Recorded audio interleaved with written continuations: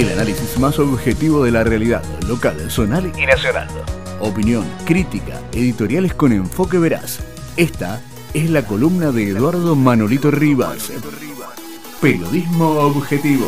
Bueno, ¿cómo viene tus días? Te he visto muy activo y con distintos temas, pero bueno, creo que el último que tocaste tiene que ver justamente con lo que también, bueno, es un tema recurrente en estos días y es lo que pasó con Sergio Berni, ¿no? Con justamente el ministro de Seguridad, que a muchos de nosotros, la verdad, que nos angustia que se hayan perdido, por lo menos a mí, ¿no? El respeto a la representación, ¿no? En este caso de un ministerio, como es el de Sergio Berni, ¿no? Bueno, también tuviste una columna, ¿no? Que dedicaste, que hablaste de este tema, ¿no? Sí, en primer lugar, coincido con vos, en repudiar los hechos de violencia. Sí.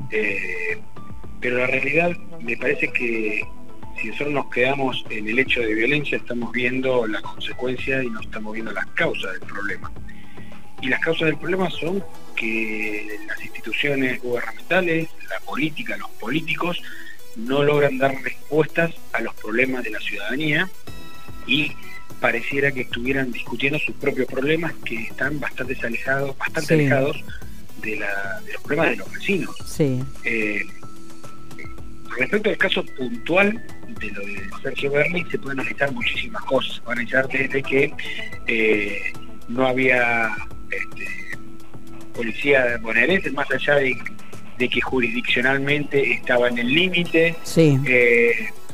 La forma en la cual se procedió, pero lo que no tenemos que perder de vista es que esto es producto de un hecho de inseguridad. Uh-huh. ¿Sí? Esto es producto que en la provincia de Buenos Aires, en la madrugada del día lunes, mataron a un chofer. Sí. Entonces, si perdemos de vista eso, nos quedamos con la consecuencia. Y la consecuencia, creo yo, que tiene que ver con el hastío de la población. Sí, es coincidente con todo lo que dice la ciudadanía, ¿no? Nosotros poníamos en el texto, el título lo habíamos puesto, La patria comienza a demandar. Sí. Porque uno escucha cuando juran en una cuestión meramente protocolar. Sí. Porque la realidad es que para quienes creen en Dios, para quienes no creemos, la patria, pero nadie le demanda a los gobernantes por las acciones que hacen durante sus mandatos. Uh-huh. En el peor de los casos, a los 4 años, cuando termina el mandato, no se los volverá a votar si se vuelven a presentar. El problema es el mientras tanto, porque uno tiene que vivir esos 4 años, uh-huh, o sobrevivir. Sí. Entonces digo, en esa lógica me parece que es más que problemática, porque expone una realidad. Lo que pasó el día lunes en la General Paz con el ministro, expone una realidad que uno creía que era meramente retórica y pasó a hechos concretos, uh-huh, en donde con hechos concretos termina agrediendo a un ministro. Y no a cualquier ministro, a un ministro con una fama de duro, de llevar la situación al límite, de ponerse al frente de las cuestiones. Entonces uno dice, si este es el accionar para con el ministro Berni, ¿qué queda para el resto? Me preguntaba lo mismo, Manolito, me preguntaba exactamente lo mismo, ¿no? ¿Qué queda para el resto, no? Con un agregado más, te puedo decir, el día del lunes no era el único ministro que estaba en el... Exacto. En el lugar. Estaba el de transporte. Entonces, también, sí. Exacto. Sí. Estaba Donofrio. Sí. Entonces la pregunta es, ¿por qué con Berni sí, con Donofrio no? Exacto, ¿por qué? Hay toda una serie de cuestiones, yo creo que tiene mucho que ver con la propia impronta del ministro. Sí. Desde el momento que el ministro va, se planta ante la situación, que justo reconocer, digo, es el único que lo hace. Totalmente. Sí, porque totalmente. Uno no escucha, hay un paro docente y el ministro de Educación está en la escuela. En absoluto. ¿Sí? Entonces, en el mejor de los casos, un ministro los recibe a quienes están protestando, sí, para que los interpelen en un despacho, en un cómodo despacho. Hay que reconocer que el ministro Berni está en el ámbito en donde se da el reclamo. Sí, es verdad. Y bueno, y uno queda expuesto a eso. Uh-huh. Queda expuesto a eso. Y me parece que ¿Y qué mensaje es ese? Golpear o en lugar de hablar o dialogar a alguien que está siempre en los lugares donde están los conflictos, y como vos decís es el único ministro, porque tampoco lo veo a Aníbal Fernández yo, ¿no? No, pero que el problema creo que no es Sergio Berni, el problema es lo que Sergio Berni representa. Claro. Esto es como cuando uno se enoja, cuando uno hace un reclamo y se enoja con la persona que lo atiende por teléfono. Sí. Digamos, no, ni el problema lo generó la persona que lo atiende por teléfono, pero es la persona que representa a la empresa a la cual uno le hace el reclamo al momento de escuchar el reclamo. En este caso es la persona que representa al gobierno de la provincia de Buenos Aires. Sergio Berni es el ministro de Seguridad. Claro, sí. Y yo decía, si uno, tras el estadio se cumplen 40 años de democracia, hoy Argentina está mejor en términos de seguridad que hace 40 años, está mejor en términos de pobreza que hace 40 años atrás, en términos educativos. ¿En qué ámbito Argentina está mejor que hace 40 años?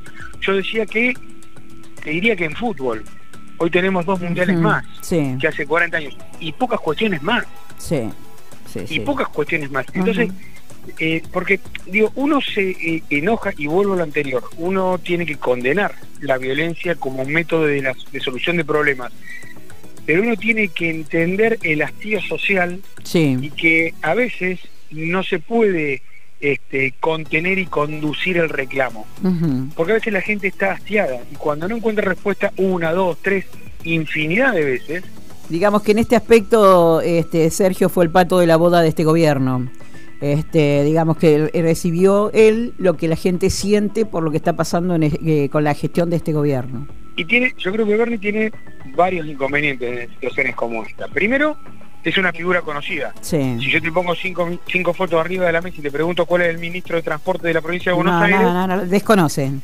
Por eso, entonces digo, tiene un problema que es una figura conocida, entonces es el más fácil de identificar. Segundo, la propia impronta con la cual él se maneja. Digo, si él, yo no sé si es realidad, pero se decía que había llegado un helicóptero y todo eso expone una situación. El ministro tiene una visibilidad pública, una exposición pública en actitudes que a mucha gente probablemente en situaciones como esta le genere un nivel de crispación mucho más alto que en otras situaciones. Porque la gente que le pegó al ministro, los choferes que le pegaron, al día siguiente tenían que volver a estar arriba de un colectivo como el colectivo en el que mataron a su compañero de trabajo. Claro. Entonces digo, vamos de vuelta, no hay que justificar la violencia, pero hay que entender en el contexto en el cual se da. Claro. Digo, haciendo un paralelismo enorme por las instancias que hay en el medio, enorme, digo, por eso es tan valorable cuando en cuestiones de derechos humanos las víctimas de la dictadura nunca tomaron represalia por mano propia, porque es muy fácil tener un rapto de furia, de ira, de bronca y reaccionar de una manera en la cual uno después se repite, porque si uno le pregunta a las personas que golpearon al ministro, probablemente digan, y no estuve bien, pero en el momento estaba recaliente. Sí. Porque la realidad es que Berni ya estuvo en el mismo lugar, ya habló con las mismas personas, ya prometió soluciones a la situación y las soluciones no vinieron. Entonces, en ese contexto, y decía Silvio Rodríguez que desde un amable festín se suele ver combatir. Nosotros lo decimos cómodos atrás de un escritorio, hay que estar en el lugar y ver cómo hierve la sangre de cada uno. Sí, totalmente. Es así como decís. Hay que estar en los zapatos de otro para poder hablar desde ese lugar, ¿no? Hay que estar en los zapatos de otro. Sí, es una situación difícil de poner. Después yo digo, me parece que uno tiene que, primero, yo lo ponía en la nota, digo, es de destacar el accionar del ministro que va y da la cara. Claro. Digo, yo no sé cuántos son los ministros que dan la cara y no sé a cuántos ministros conocen la población de los ministros de la provincia de Buenos Aires. Es real lo que decís, es real. Esa es una parte de la historia. La otra es que la realidad es que tiene que dar respuestas y las respuestas no están. Entonces, y uno sigue pagando los impuestos y uno sigue teniendo... Bueno, pero la gente no ayuda. La gente de repente piensa que el ministro no tiene los recursos, pero también sobre el ministro está el gobernador. En realidad la provincia es manejada con y todos sus ministerios por un gobernador, ¿no? Bueno, pero en cada área el gobernador tiene un colaborador que es quien lo representa. Sí, pero digo, están los recursos, la gobernador le provee los recursos a Sergio Berni, al ministerio de Sergio Berni, para que realmente pueda tomar decisiones. Ahí está el punto, yo no lo escuché nunca al ministro decir que no tiene los recursos, reclamando fondos. Claro. Digamos, sí lo escuché reclamando efectivos federales para accionar en la provincia de Buenos Aires. Sí. Ese reclamo sí se lo escuchamos al ministro Berni. Sí. No escuchamos que ahora lo niega. Un caso que falten recursos. Y si fuera así, lo que uno tiene que decir es, si los recursos no están, yo me voy, porque yo no puedo hacer la tarea que tengo que hacer. Claro, está. Digamos, si uno se queda porque entiende que tiene las herramientas para solucionar el problema. Claro, sí. Si no, digo, si vos me decís, mira, Eduardo, vamos a hacer la columna, pero no sé, no te voy a llamar por teléfono, no tenés, o vení acá pero no tenés micrófono, yo digo, mira, gracias Marita, pero no vamos a poder hacer la columna. Digo, claro. Porque es una ficción eso, para todo lo mismo. Sí. Si yo, digamos, si alguien convoca a un ciudadano para que trabaje en temas de seguridad o en cualquier otro tema, y no le da las herramientas para poder actuar, bueno, no pasa a ser un burócrata de turno calentando una silla con la cola y ganando un sueldito, sueldo, no sueldito. Sí. Bueno, en realidad es un tema también en nuestro distrito, ¿no? Justamente hoy el ciudadano Gustavo Puebla pide la banca abierta para hablar de inseguridad en el Consejo Deliberante, ¿no? Es un tema desde hace un largo tiempo, y seguimos hablando de que le siguen robando a la gente y todo lo que sigue pasando dentro del distrito, ¿no? Seguimos hablando de eso, y vos cumplís el rol de comunicadora para con los vecinos, le acercás lo que pasa, que el vecino, a medida que van complejizándose las relaciones sociales y creciendo la ciudad, se va alejando de ciertas cuestiones. Digo, ¿cuántas acciones de seguridad le contaste a los limeños que se aplicaron en Lima en el último mes? ¿En los últimos 2 meses? ¿En los últimos 6 meses? ¿Qué medida de seguridad hubo? ¿Qué reunión hubo de la responsabilidad? No. El paisaje sigue siendo el mismo, Manolito. El paisaje sigue siendo el mismo. Pero el problema es que es cada vez peor, porque no es un paisaje que queda en pausa, y hoy tenemos la misma situación de 6 meses atrás. Es cierto. Hoy la situación está peor que 6 meses atrás. Claro. Digo, lo de Gustavo Puebla está hablando hoy en abril, el 5 de abril. Sí. Y el reclamo de él arrancó a principios de año. Sí. O sea, el Consejo Deliberante tardó 3 meses en recibirlo. Y recibirlo para escucharlo. Porque no es que lo van a recibir para solucionar. Van a debatir hoy el tema y van a presentar un plan de seguridad. Claro. Yo preguntaba, ¿qué medidas se han tomado desde el momento que se empezó las marchas y demás, y Puebla solicitando en los medios, ¿no? El tema, no solamente la seguridad para él, sino la seguridad para el distrito. Le preguntaba al presidente del honorable Consejo Deliberante, porque en definitiva el Consejo Deliberante no puede hacer nada en absoluto, más que dictaminar, llamar al intendente. ¿Por qué no puede hacer nada? Según lo que dice Matilla, es mentira. Bueno. Mentira. Si Matilla cree que el Consejo Deliberante no puede hacer nada, los concejales, lo que tiene que hacer es renunciar e irse.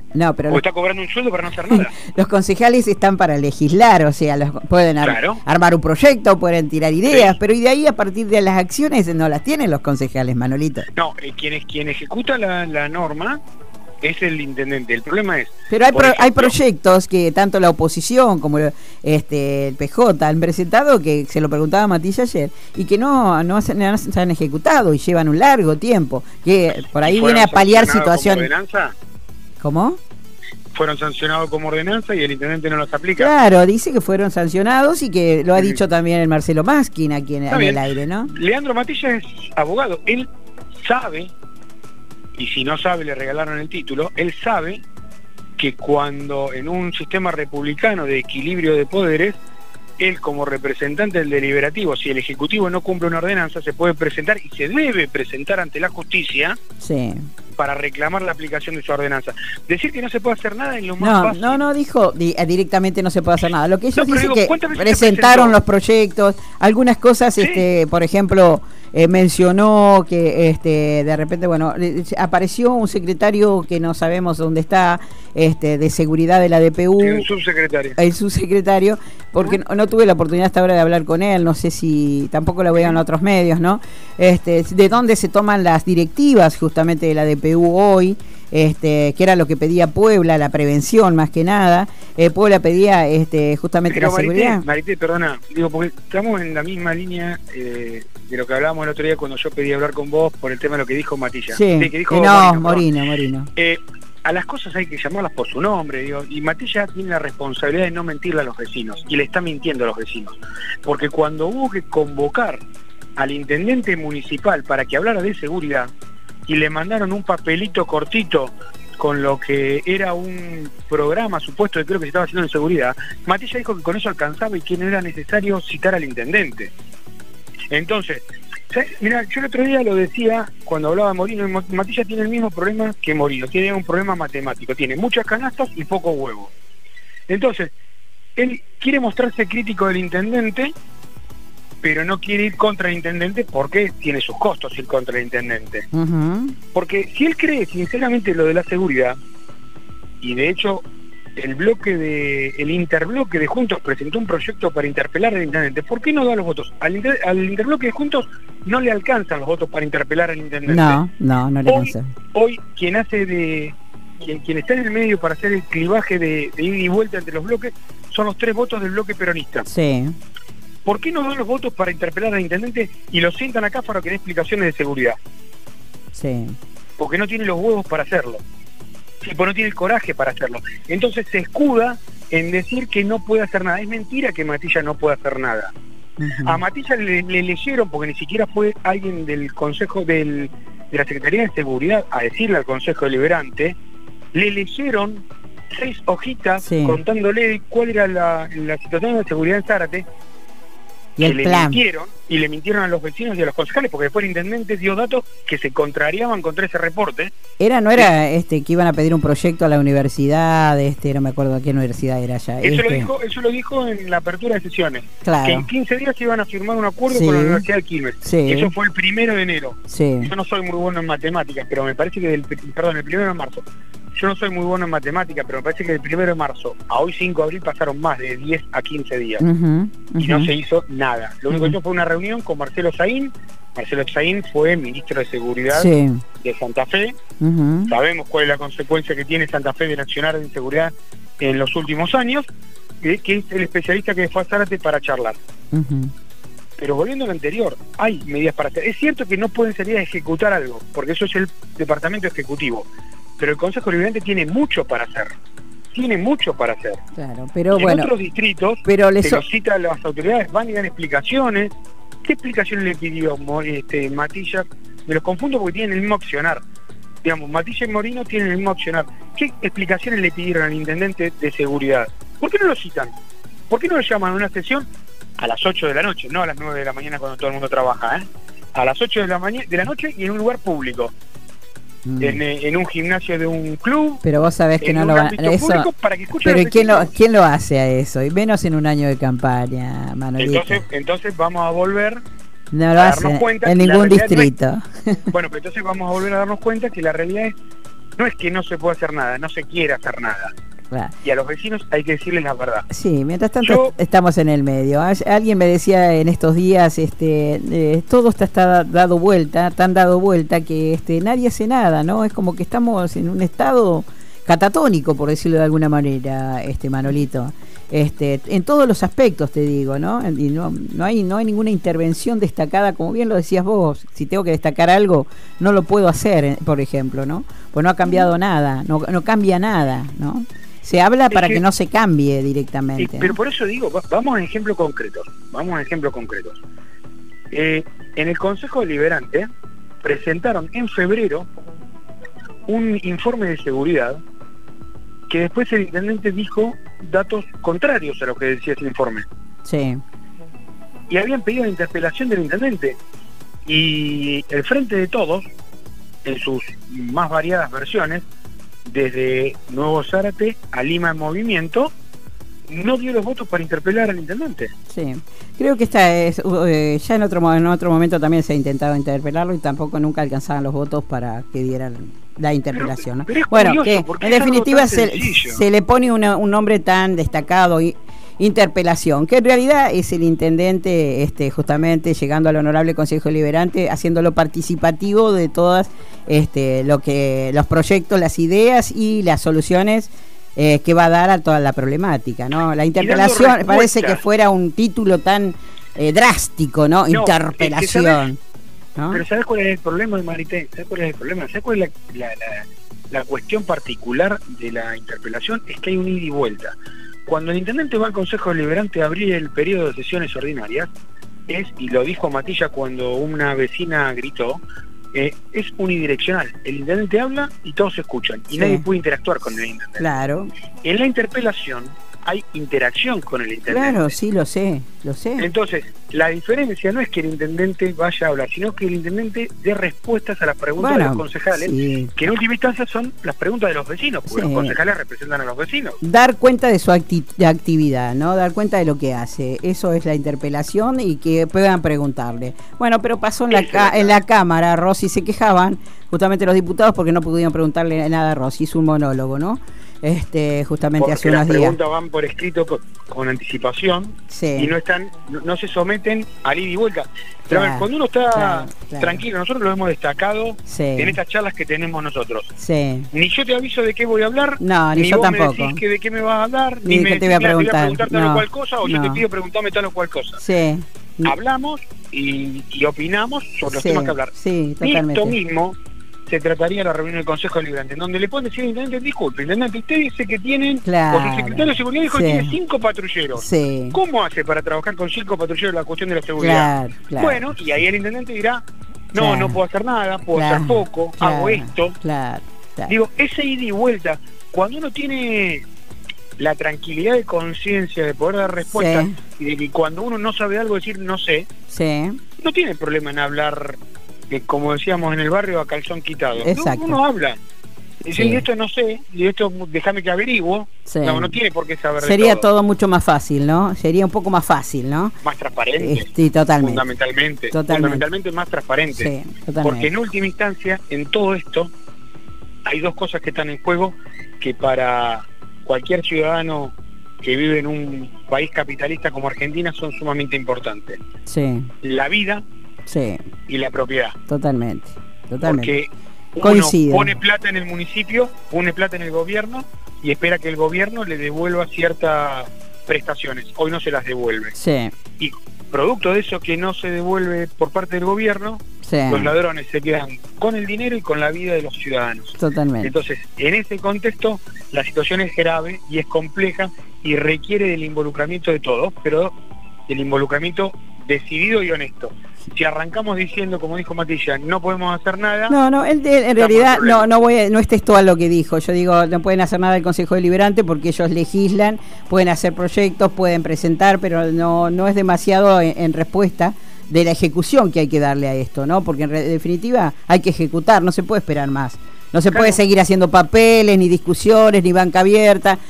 Hay que ejecutar, no se puede, ya no se puede esperar más. ¿Qué más se va a esperar? ¿No? Bueno, esa es la historia.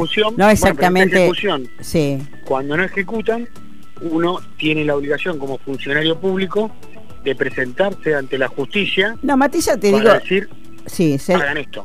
Matilla se defendió cuando le dije qué es lo que se hizo desde el Consejo Deliberante, de momento que se empezaron con las marchas o que se empezó la gente a preocupar ya en demasía por esta situación que avanzaba. Yo siempre lo cito como la mancha de humedad en la pared, ¿no? Que se va agrandando y no podemos hacer nada. ¿Qué es lo que se hizo desde el Consejo Deliberante? Bueno, él citó una serie de cosas que desde el Consejo Deliberante se había extendido. Se aprobaron pero que el Ejecutivo no ejecutó. Ahí a eso llegamos, ¿no? Y volvemos siempre al mismo. Pero a ver, esto es como si yo le dijera: mira, mi hijo tiene 10 años y empezó a volver solo de la escuela. Entonces, un gran orgullo para él y un gran orgullo para nosotros que vuelva solo de la escuela. Entonces yo le digo: bueno, vos el teléfono no lo tenés que sacar por una cuestión de seguridad, no lo saques del bolsillo, llevarlo en el bolsillo para que camines más seguro por la calle. Si yo veo que saca el teléfono, yo veo que habla por teléfono, veo que no cumple con lo que yo le digo que tiene que hacer. Sí. ¿De qué sirve que yo diga, no, y sabes qué? Manuel saca el teléfono? Podés creer, yo le dije que no lo haga, pero lo saca. Sí. Y es un lamento, claro, de autosatisfacción. Sí. El problema es que no sirve esa autosatisfacción. Uno tiene que decir, bueno, vamos a hacer algo para cambiar la situación. Matilla no se tiene que olvidar que él llegó a la concejalía haciendo campaña con Cáfaro. Ahora resulta que Cáfaro bajó de un plato volador y él de otro. Venían de planetas diferentes. Digamos, están las fotos en las redes donde hacían campañas juntos. ¿Qué votó Leandro Matilla en el año 2019 intendente de Zárate? Bueno, ¿A pero quién votó el intendente? Pero claro, sí, pero ahora Matilla se presenta por su lado, no es precandidato. Entonces el problema es que está en campaña y dice cosas políticamente correctas, según su opinión. De esa manera no se solucionan los problemas de los vecinos. Bueno, acomodando el discurso de acuerdo a pero la no situación, es el único, es como mal, nos estamos acostumbrando en la sociedad, ¿no? A que cambien el discurso, que cambien de vereda, que cambien de color y nosotros en el medio, ¿no? Siempre o peor, como vos dijiste, en lugar de mejorar empeoramos, ¿no? Bueno, eso a mi juicio eso está mal y uno tiene que remarcar cuando ocurren esas cosas para dejar en claro que efectivamente está mal. Está mal, que no se, digamos, uno no puede tomar a la ligera, no, está mal, y hay que exponer cuando las cosas se hacen mal. Sobre todo cuando se hacen mal, son funcionarios públicos. Totalmente, estoy de acuerdo con eso, totalmente. De los impuestos y demás, porque digo, totalmente. Si no entramos, nos paramos en una situación como diciendo, no, a mí no me gusta. Bueno, este muchacho llegó a intendente porque vos hiciste campaña y vos pediste que lo votaran. Claro. Y de hecho vos lo votaste. Totalmente. Asumí tu cuota parte de responsabilidad en esto. Claro, hace 2 años hacían campaña juntos. Claro, volvemos a lo que está mal y a lo que está bien, ¿no? Que hablamos siempre. Y hago una consulta que en su momento, cuando un colega tuyo lo entrevistó a Pablo Jiménez en su programa de radio, yo le decía, bueno, se van a presentar a internas abiertas en las PASO. ¿Qué pasa si se presentara Cáfaro y Matilla y ganara Cáfaro? ¿Quién va a apoyar a Matilla de intendente? ¿Cómo? ¿Que se presentara y ganara Matilla? Supongamos que hay unas PASO en el frente de todos, ¿sí? En Zárate. Sí. Y las PASO, que yo no tengo ninguna duda, si hay pasos en el frente de todos y el intendente Cáfaro se presenta a la reelección, las gana, como decía mi suegro, con la fusta bajo el brazo. Sí. ¿A quién va a votar y a quién va a apoyar para intendente Matilla? Matilla, y sí, es el mismo equipo, ¿no? Entonces va a decir, no, la disciplina partidaria, es el proyecto nacional y popular, y toda la crítica que hace hoy, la va doblando chiquitita y se la va guardando en el bolsillo y se olvida. Lamentable para ellos. Entonces, te tengo que abandonar. Todo lo que cree, debería actuar de otra manera. Sí. Te tengo que abandonar porque nos pasamos de flash informativo. Me está matando el operador del otro lado. Gracias, estuvo buena la charla, como siempre. Muchísimas gracias, Margarito. Gracias a vos, como siempre, Margarito. Te mando un abrazo grande. Un abrazo, gracias. Chau. Hasta luego.